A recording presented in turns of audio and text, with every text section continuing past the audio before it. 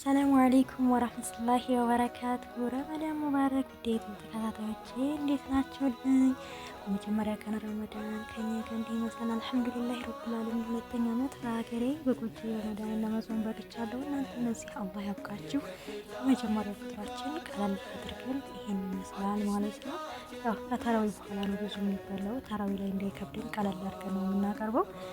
ሲቀጥል ደግሞ አልሐምዱሊላህ ስመኘው የነበረው በረመዳን አንድ ፍሪጅ በቤቴ ገብቶልኛል። ስመኘው የነበረውን ፍሪጅ ዛሬ ገዝቼዋለሁ ማለት ነው። በጣም ደስ ብሎኛል። አልሐምዱሊላህ ረብል ዓለሚን። ሃይሰንስ የሚል ፍሪጅ ሁላችሁ እንደምታዩት ገና ቤት ሳይገባ ካርቶን ሳይፈታ ነው የቀረጽኩት ማለት ነው።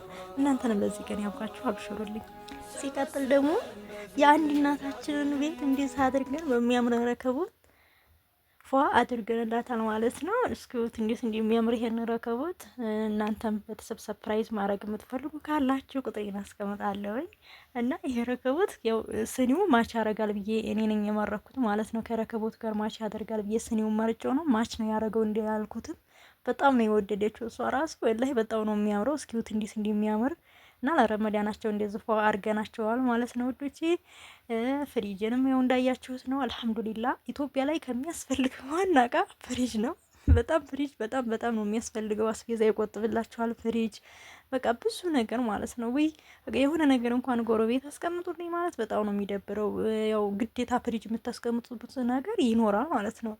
እና ፍሪጅ ያልገዛችሁ እህቶች ግዙ። የእውነት ገዝታችሁ አስቀምጡ። እዛ ውጭ ሀገር ያላችሁ እህቶች ራሱ እየገዛችሁ አስቀምጡ። እኔና ቤት ውስጥ ከሚሟላ እቃ ውስጥ አንዱ ፍሪጅ ነው እና ፍሪጅን እንዲያረሱ አብሽሩልኝ። ስራውንም አላህ ያቅላችሁ። ወዳችኋለሁ።